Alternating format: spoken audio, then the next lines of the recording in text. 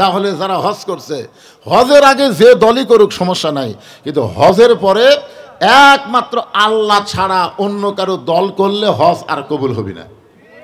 কারণ ওখানে কাবা ঘর সামনে দিয়ে স্বীকারোক্তি করছে লাকাল মুলক লা শারিকা লাক, আল্লাহ ইলাহা লা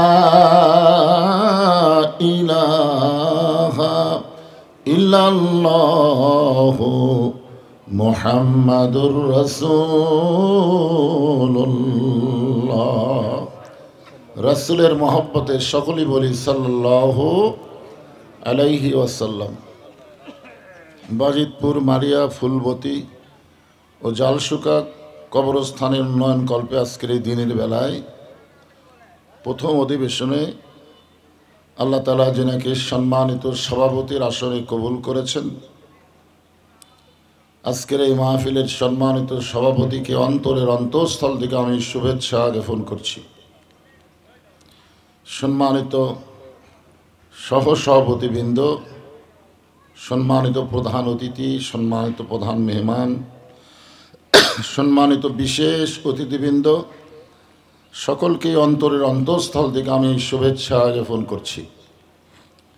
এ জাতির শ্রেষ্ঠ সন্তান আল ওলামা ওয়ারাসাতুল আম্বিয়া, যে সমস্ত আলেম ওলামা আপনাদের মাঝে মাঝে বসে আছেন, মঞ্চে আছেন, আমার আগে যেনারা অত্যন্ত সুন্দর আলোচনা করে আপনাদেরকে ধন্য করেছেন, আলেম ওলামা সহ আজকের মাহফিলের বক্তাগণকে অন্তরের অন্তঃস্থল থেকে আমি শুভেচ্ছা জ্ঞাপন করছি। আজকের এই মাহফিলের দ্বিতীয় অধিবেশন জোহরের নামাজের পরে যিনারা আলোচনা করবেন, বিশেষ করে গোটা বাংলাদেশের আলোড়ন সৃষ্টিকারী প্রখ্যাত ওয়াইস হজরত মৌলানা আজিজুল ইসলাম জিহাদি সাতক্ষীরা, এছাড়াও মুফতি মাওলানা মাহমুদুল হাসান নাটোরী সহ সকলকেই অন্তরের অন্তঃস্থল থেকে আমি শুভেচ্ছা জ্ঞাপন করছি। দিনের বেলার অনেক কাজকাম আপনাদের সামনে ছিল, সমস্ত কাজকামের মায়াকে উপেক্ষা করে আল্লাহ রাসূলের মহব্বত কলিজার ভিতরে ধারণ করে এই জান্নাতের বাগানে যেনারা উপস্থিত হয়েছেন, আল্লাহ যেনাদেরকে কবুল করেছেন, সুবহানাল্লাহ বলেন। মন চাইলেই এখানে আসা যাবে না, এখানে আসতে গেলে আল্লাহর চাওয়া লাগবে। কার চাওয়া? আল্লাহর। আল্লাহ কোরআনে বলেছেন মা সাবাকা মিন হাসানাতিন ফামিনাল্লাহ। বান্দা বান্দির দ্বারা যখন কোনো ভালো কাজ হয়, এ কাজ বান্দা বান্দি করে না, বরং আল্লাহ করায়। আপনারা বলেন এই মাহফিলে বসা ভালো কাজ না খারাপ কাজ? তাহলে বিশ্বাস করা লাগবে এই মুহূর্তে আমরা যত বড়ই পাপী হই না কেন, আল্লাহ আমাদের উপরে খুশি আছেন। আল্লাহ খুশি থাকার কারণেই আমরা দুনিয়ার সব কাজকামকে বাদ দিয়ে জান্নাতের বাগানে উপস্থিত হয়েছি। আমার সামনে যারা বসেছেন, আসতেছেন, আসবেন, সকলকেই অন্তরের অন্তঃস্থল থেকে আমি শুভেচ্ছা জ্ঞাপন করছি। তবে আপনাদের তুলনায় রাস্তাঘাটে যা দেখলাম, নারীদের উপস্থিতি মনে হয় একটু বেশি হচ্ছে, ঠিক না? কারণ রাস্তায় তো পুরুষ মানুষ দেখতেই পেলাম না, খালি নারী আর নারী, মেয়ে মানুষ আর মেয়ে মানুষ। হয় আজরাইল ধরার আগে পুলিশ ধরার ভয়। আসলে মূলত আসল ধরা কিন্তু আজরাইল, ঠিক কিনা বলেন? তো মাঝে মাঝে 15.5 বছর খারাপ মানুষকে খুব একটা টেনশন করতে হয়নি, কিন্তু ভালো যারা ছিল তাদের একটু টেনশন ছিল না? আমার এলাকার অনেক মানুষ বলেছে আমরা সারাদিন ঘুরে বেড়াই, সারা রাত ঘুমাই, আমাদের কোনো টেনশন নেই। অথচ আপনাদের মতো আলেমদের এত টেনশন কেন? এই যে একটা অস্থিরতা ছিল আমাদের 5ই আগস্টের পরে, আপাতত সে অস্থিরতা একটু কমে গেছে, ঠিক কিনা বলেন? আল্লাহ তাআলা শরীরকে সুস্থ এবং মানসিক প্রশান্তি সহকারে এই জান্নাতের বাগানে কবুল করলেন। আমরা সে আল্লাহর উপরে খুশি না বেজার? তাহলে জবান খুলে সমস্বরে সকলে বলবো রব্বানা লাকাল হামদ হামদান কাসীরান তাইয়িবান মুবারাকান ফীহি। আমরা আল্লাহর প্রশংসা করলাম এই কারণেই, আমি আমার জীবনকে হিসাব করে দেখলাম, আমরা এখানে আসার আগে আর একটা জগতে ছিলাম। সেই জগৎকে বলা হয় আলমে আরওয়াহ। আমরা দুনিয়াতে আসার আগে আর একটা জগতে ছিলাম, আপনাদের কি বিশ্বাস হয়? কিন্তু মনে নাই কেমন ছিলাম, কিভাবে ছিলাম, এগুলো মনে আছে। কিন্তু ছিলাম যে এটা সত্য। সেখানে আমাদের দেহ ছিল না, এই যে দেহ হাত পা এগুলো ছিল না, শুধুমাত্র রুহু ছিল, যার কারণে নাম হলো আলমে আরওয়াহ, রুহের জগৎ। এই রুহের জগতে আল্লাহ তাআলা আমাদের পক্ষে ছিলেন, সুবহানাল্লাহ বলেন। কোটি কোটি রুহের ভিতরে আল্লাহ আমাদের পক্ষে ছিলেন, যার ফলশ্রুতিতে দুনিয়াতে আল্লাহ আমাদেরকে মুসলমানের ঘরে কবুল করেছেন। কি মনে হয় এই দুনিয়াতে মানুষ পাঠানোর দায়িত্ব কার? তা আল্লাহ যদি ইচ্ছা করে আমাদের হিন্দুর ঘরে পাঠাতেন, মনে করেন যদি খ্রিস্টান ইহুদির ঘরে পাঠাতেন, আমাদের কি করার কিছু ছিল? কিছুই ছিল না। কিন্তু আল্লাহ আমাদেরকে অত্যন্ত দয়া করেছেন, যার কারণে কোনো ভেজালের মধ্যে না পাঠায়া আসলের ভিতরে আমাদের কবুল করেছেন। পৃথিবীতে যত ধর্ম আছে সমস্ত ধর্ম হলো ভেজাল। জোরে বলেন কি? একমাত্র ইসলামটাই হলো আল্লাহর মনোনীত পছন্দনীয় জীবন ব্যবস্থা। আল্লাহ বলেছেন ইন্না দীনা ইনদাল্লাহিল ইসলাম। অন্য জায়গায় আল্লাহ বলেছেন অমাইয়াবতাগি গয়রাল ইসলামা দীনান ফালাই ইউকবালা মিনহু। ইসলাম ছাড়া অন্য কোনো জীবন ব্যবস্থা, ধর্ম কেউ যদি গ্রহণ করে, আল্লাহ বলেছেন লা ইউকবালা মিনহু। এখানে জীবন ব্যবস্থা বলতে বোঝানো হয়েছে আমাদের বাংলাদেশে মানুষের তৈরি আইনের একটা ব্যবস্থা আছে, আছে না নাই? আবার আল্লাহর কোরআনেরও একটা ব্যবস্থা আছে। কিন্তু আল্লাহর কোরআনের ব্যবস্থাকে বাদ দিয়ে মানুষের তৈরি করা সমাজ ব্যবস্থাকে যারা গ্রহণ করবে, আল্লাহ বলেছেন লা ইউকবালা মিনহু, সেইটা কখনোই কবুল করা হবে না। এ কথা কার? আল্লাহ। তো আল্লাহ দয়া করে রহম করে আমাদের মুসলমানের ঘরে কবুল করার কারণে আমরা বিশ্বাস করি দুই জগতেই আল্লাহ আমাদের পক্ষে। সুবহানাল্লাহ কখন কি হিসাব করতেছেন না? জগৎ কয়টা? তিনটা। একটা হলো রুহের জগৎ, একটা দুনিয়ার জগৎ, একটা আখেরাতের জগৎ। আমরা শুধু বলি ইহকাল পরকাল, ইহকাল পরকাল। এই দুইটা কাল না তো, আর একটা কালের কথা মনে নেই, ওইটা হলো রুহের কাল। তো যাই হোক, দুইটা জগতে যদি আল্লাহ আমাদের পক্ষে থাকে, আর একটা জগৎ আমাদের সামনে আছে, আছে না নাই? সেই জগতে কি আল্লাহ আমাদের বিপক্ষে হবে? কি মনে হয়? পক্ষে হবে? আলহামদুলিল্লাহ। এই বিশ্বাস আমাদের অন্তরে রাখতে হবে, কারণ তিনের মধ্যে দুই আমাদের হয়ে গেছে, আরে একটা খালি সামনে পড়ে আছে।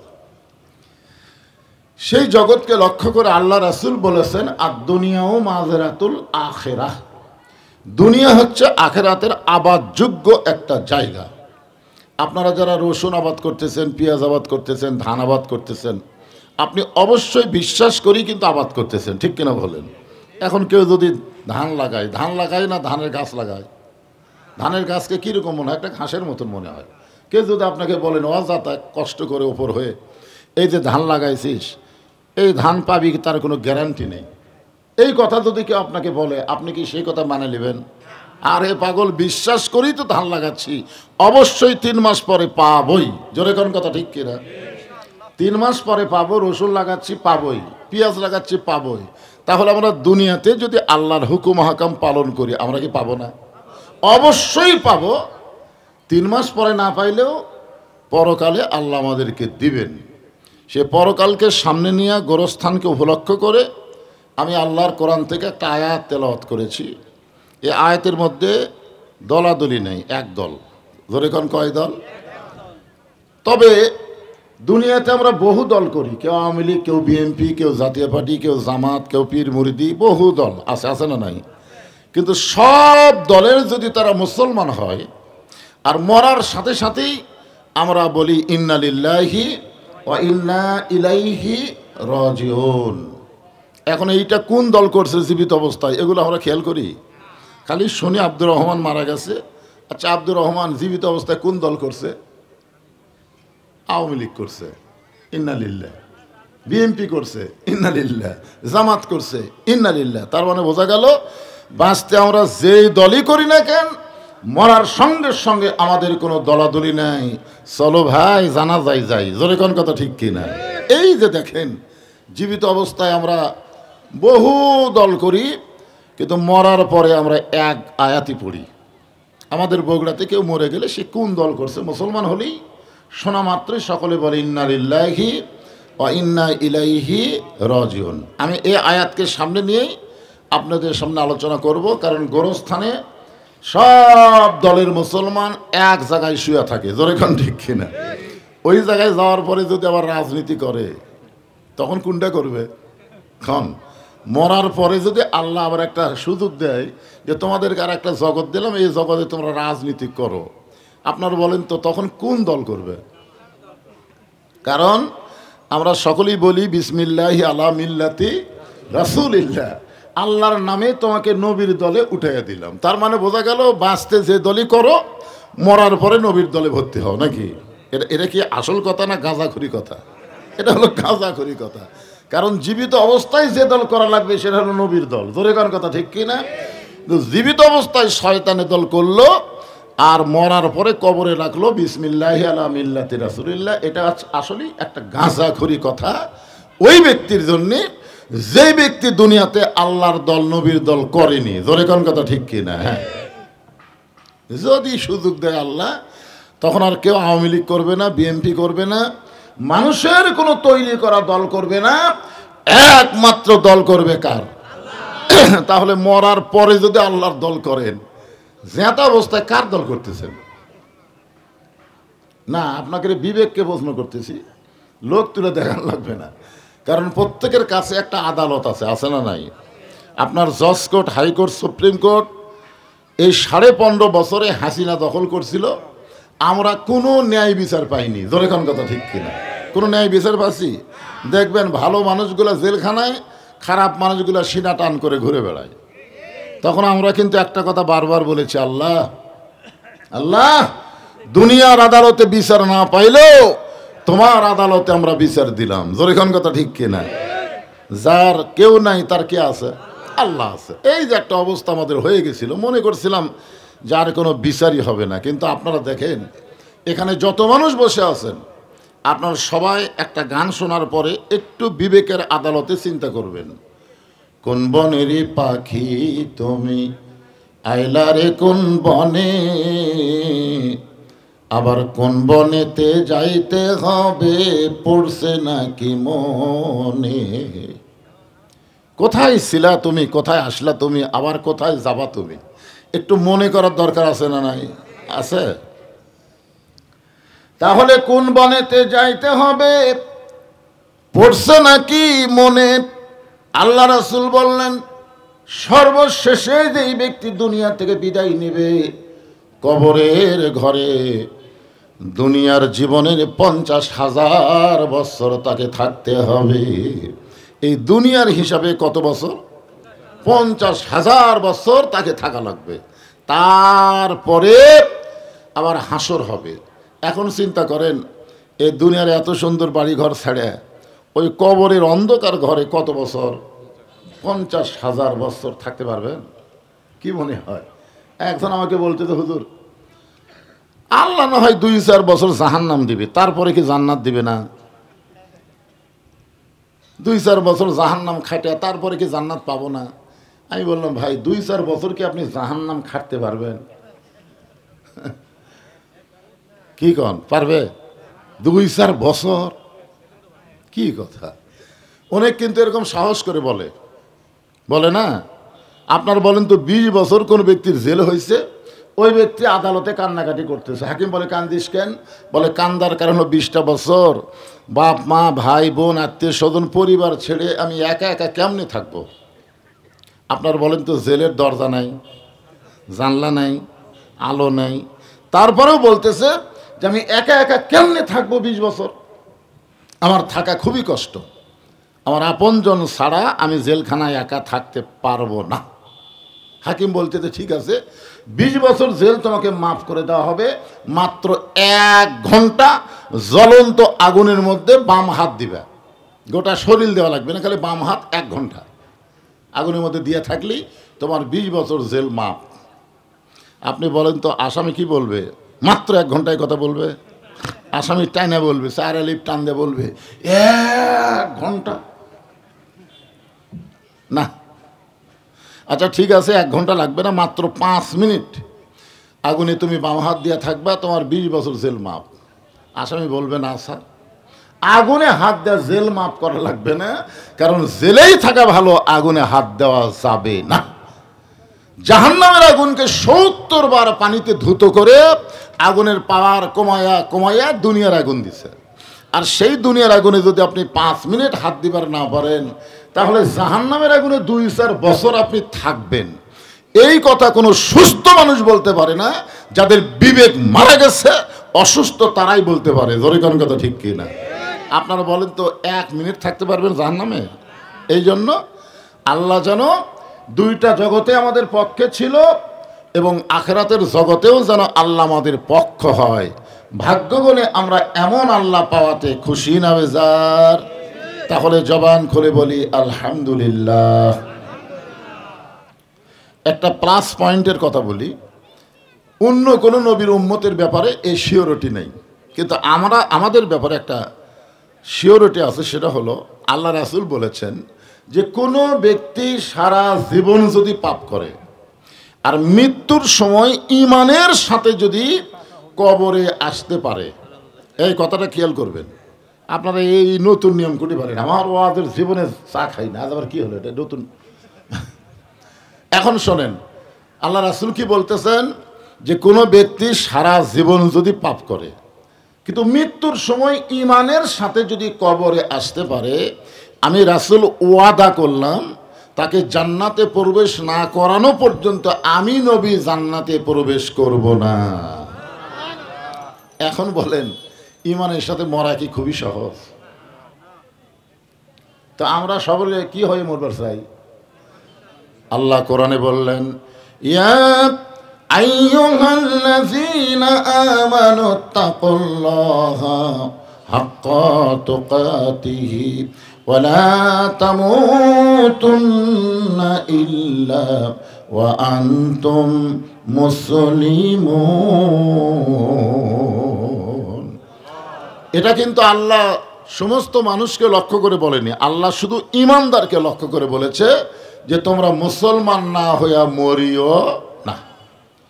মুসলমান হয়ে কোনো মানুষ যখন মারা যাবে, আল্লাহ বললেন, আল্লাহ তাখাফু ওয়ালা তাহজানু ওয়া আবশিরু বিল জান্নাতিল্লাতী কুনতুম তুআদুন। মুসলমান হয়ে যারা মৃত্যুবরণ করবে, আল্লাহ বলতেছেন তাদের কোনো ভয় নাই, তাদের কোনো চিন্তা নেই। ও আবশিরু বিল জান্নাত, দুনিয়ায় মৃত্যুর বিছানায় আল্লাহ তাকে জান্নাতের সুসংবাদ দান করবে। জোরে কোন সুবহানাল্লাহ। মহিলা প্যান্ডেল ভর্তি হয়ে গেছে, মাদেরকে একটু বলবো আপনারা আগায় আগায় বসেন, জমে জমে বসেন, ফাঁকা ফাঁকা না বসে আল্লাহর রাস্তে জমে জমে বসেন। এখন আসেন, সর্বশেষে যেই ব্যক্তি মারা যাবে, কবরে কত বছর থাকা লাগবে? 50,000 বছর। যেই ঘরে কোনো আলো নাই, যেই ঘরে কোনো বালিশ বিছানা নাই, যেই ঘরে কোনো দরজা নাই, জানলা নাই, এসি নাই, ফ্যান নাই, এখন ওই অন্ধকার ঘরে, ঘরটা মনে হয় খুব বড় হবে নাকি? আপনারা তো জেলত সকালে যাননি, আমাদের মতো আলেমদেরকে জেলে দেওয়ার পরে এরকম ছোট্ট ছোট্ট ঘরে রাখা হতো, বুঝলেন? যে ঘরটা হলো অনেকে মনে করে কবর। যারা জেল টেল খাটছে, আল্লাহর দলের কাজ করে, তাদেরকে এরকম কিছুটা অভিজ্ঞতা অর্জন করতে হয়েছে। আবার হাসিনা এমন একটা ঘর বানাছিল যার নাম হলো আয়না ঘর। ধরে কোন কি ঘর? আচ্ছা, আয়না ঘর তাও ভালো, তার চাইতে কবর আরও খারাপ। আয়না ঘরে তার ঢোকার দরজা আছে, বুঝলেন? মাঝে মধ্যে বাতির আলো দেয়, অন্ধকার করে, কিন্তু কবরের তো কিছুই নেই। এখন এই আয়না ঘরে 50,000 বছর থাকা লাগবে।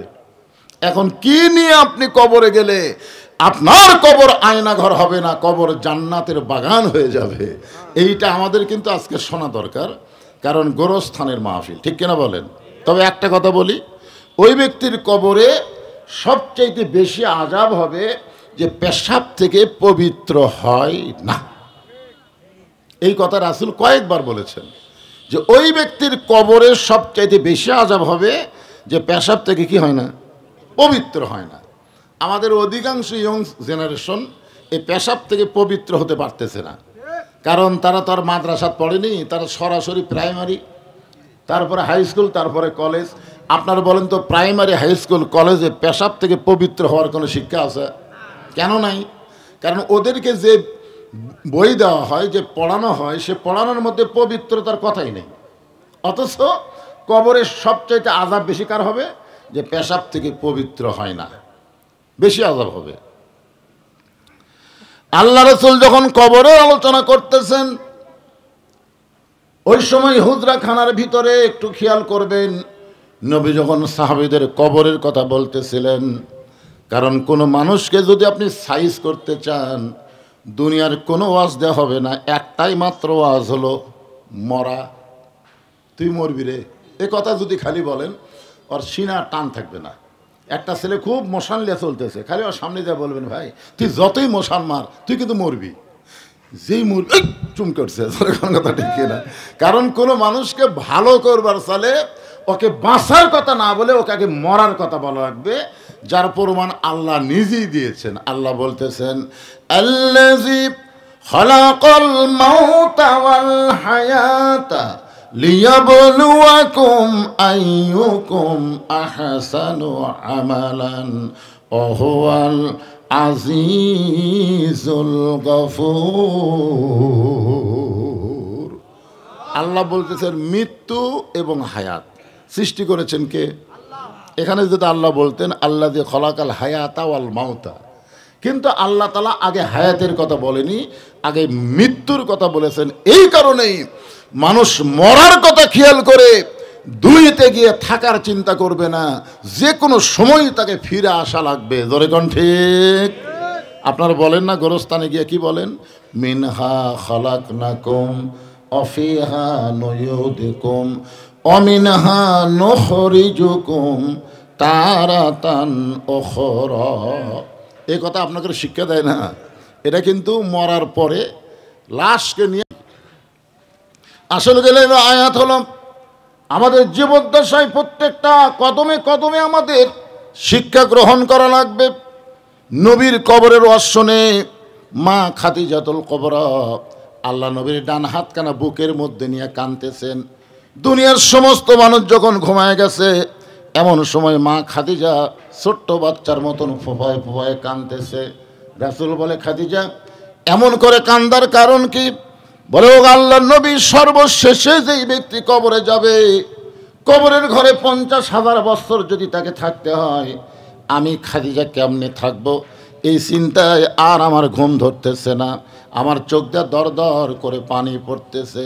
মা খাদিজার কপালে নবী চুম্বন দিয়ে বললেন, খাদিজা, ওই আল্লাহর শপথ করে বলতেছি, ঈমান গ্রহণ করার পরে আপনি আল্লাহর সঙ্গে যে সম্পর্ক গড়ে তুলেছেন, আল্লাহ আপনার কবরকে কবর রাখবে না, আপনার কবরকে আল্লাহ জান্নাত বানায়া দিবে।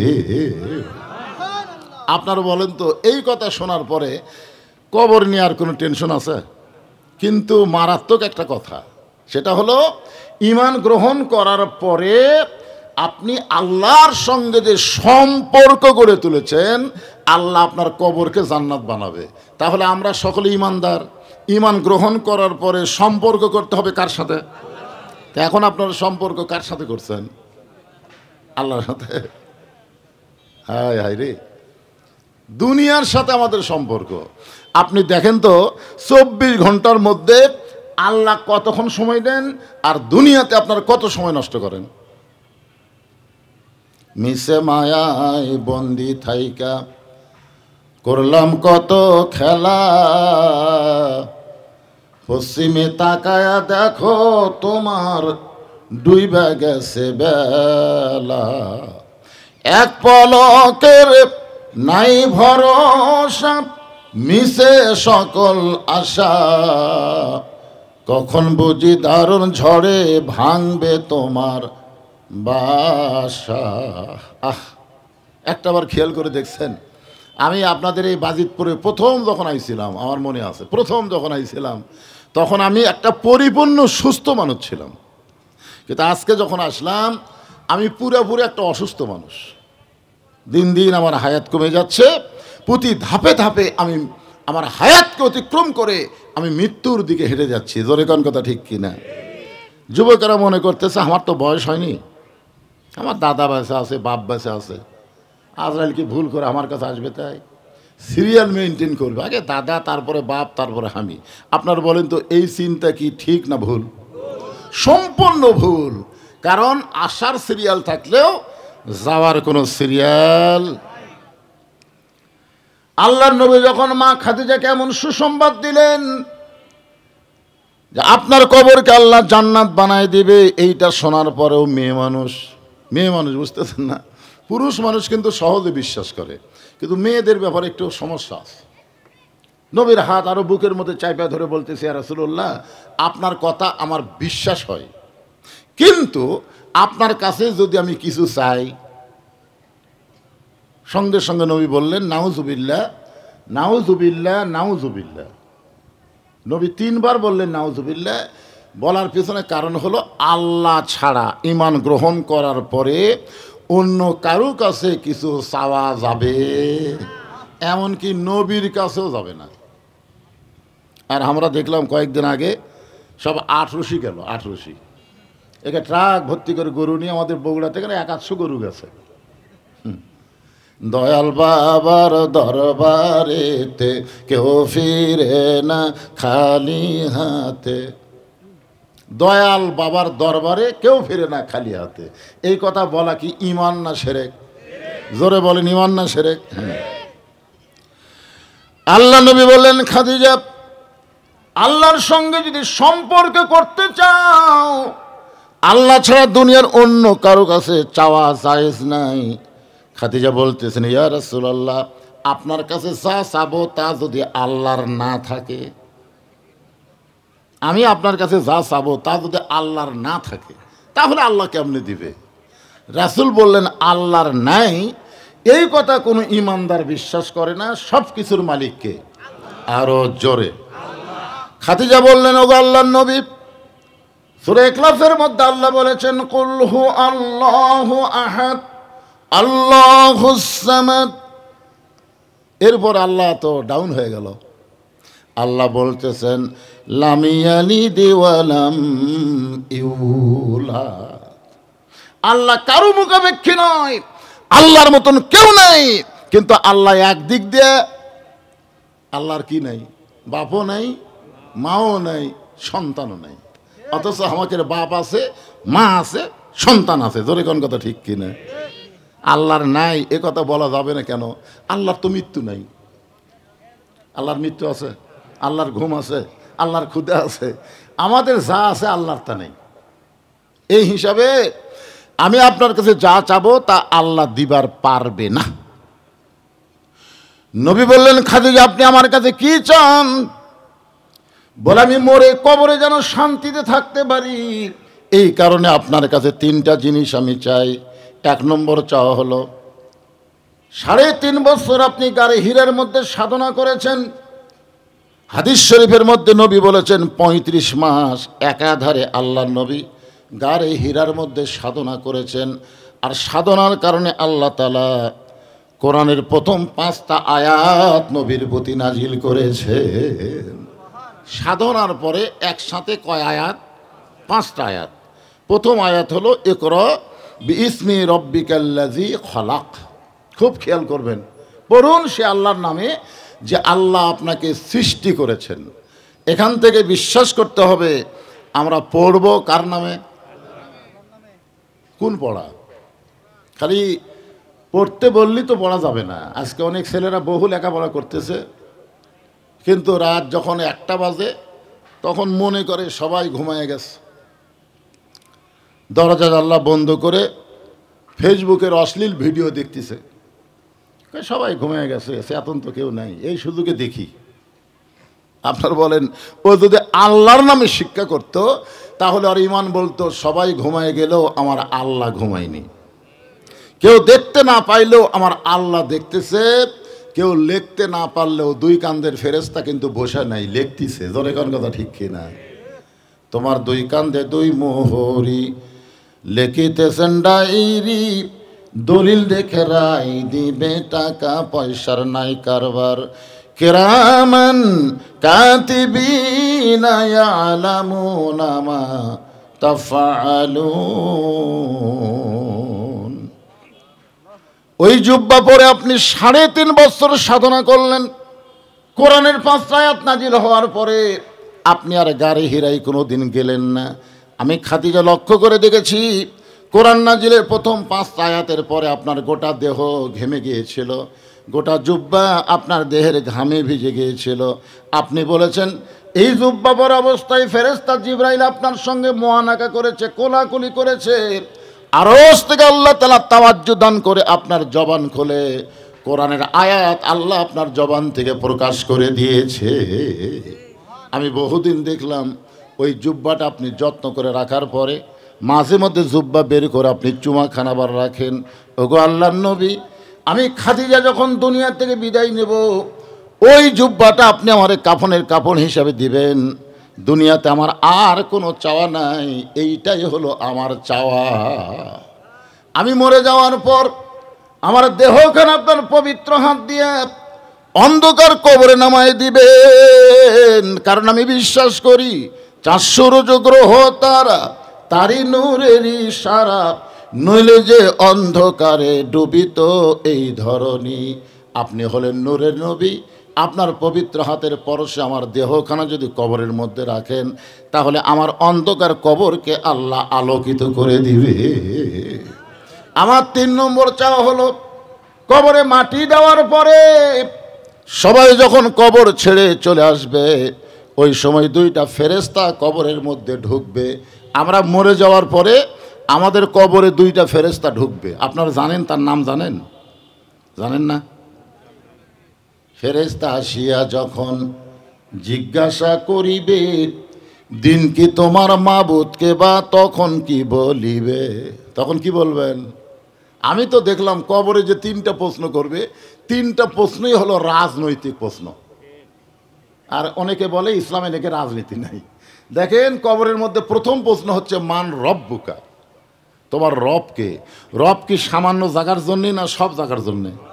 দেখছেন, বিশ্ব ব্রহ্মাণ্ডের মালিক যিনি তোমার প্রতিপালক, তিনি হচ্ছেন আমাদের রব। যেরকম কথা ঠিক কিনা? হিসাব করে দেখেন, মান রব্বুকা এটাও রাজনীতির প্রশ্ন। অমা দিনুকা, দিন মানে কি? দিন মানে হলো জীবন ব্যবস্থা। তুমি কোন জীবন ব্যবস্থার উপরে কবরে এসে শুয়ে আছো? উত্তর দাও। 3 নম্বর প্রশ্ন হলো অমান নাবিউকা, তোমার নেতাকে। নেতা নেতা তুমি অন্যকে নেতা মনে করে তার পিছনে স্যামসাগিরি করছো, আর এখন কবরে এসে জিজ্ঞাসা করতেছে আমার নাবিউকা, তোমার নেতাকে। তখন কোন নেতার নাম কবেন? আপনি যেই নেতারই অনুসরণ করে বাংলাদেশে চলেছেন, ওই নেতার নাম শুনবে না, শুনবে হচ্ছে আমার নেতা, তোমার নেতা বিশ্ব নবী মুস্তাফা। জোরে কোন কথা ঠিক কিনা? খাদিজা বলতেছে, ইয়া রাসূলুল্লাহ, আমি হয়তো উত্তর দিবার পারবো না, আমার পক্ষ থেকে আপনাকে উত্তর দেওয়া লাগবে। এই 3টি চাওয়া যদি আপনি আমার পুরা করতে চান, তাহলে ওই অন্ধকার কবর নিয়ে আর কোনোদিন আমি টেনশন করব না। খাদিজার মতো মহিয়সী নারী অন্ধকার কবর নিয়ে চিন্তা করে, আপনাদের চিন্তা হয়? হয়? বারবার কেন ঘাড় কাত করে উপর দিকে দেখেন? কি দেখতেছেন? হুজুর 4 তলা রড বার করে থুইছে, হুজুর 3 তলা কমপ্লিট হচ্ছে আর 1টা তালা, আর 1 তলা কমপ্লিট হলে আমার আর কোনো চিন্তা নেই। দেখছেন, ওর চিন্তা কি? 4 তলা করা। 2 কান্দের ফেরেশতা রাগ করে কয়, পাগলা, উপর দিকে না তাকায় নিচের দিকে তাকা, নিচের দিকে তাকা, তোর জন্য 1 তালারও বরাদ্দ হবে না, তোর জায়গা হবে নিচতলা। জোরে কোন তালা? নিচতলা বোঝেন আপনারা?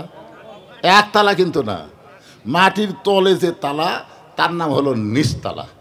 আপনারা নিচতলা নিয়ে টেনশন করেন না তো, যত টেনশন ওপর দিকে। আরে আমরা যারা ইমানদার বান্দা, প্রতিদিন কতবার মৃত্যুর কথা খেয়াল করার কথা আছে? কোন দৈনিক কতবার মৃত্যুর কথা খেয়াল করেন? একবারও করেন না, খালি বাঁচার চিন্তা, বাঁচার চিন্তা।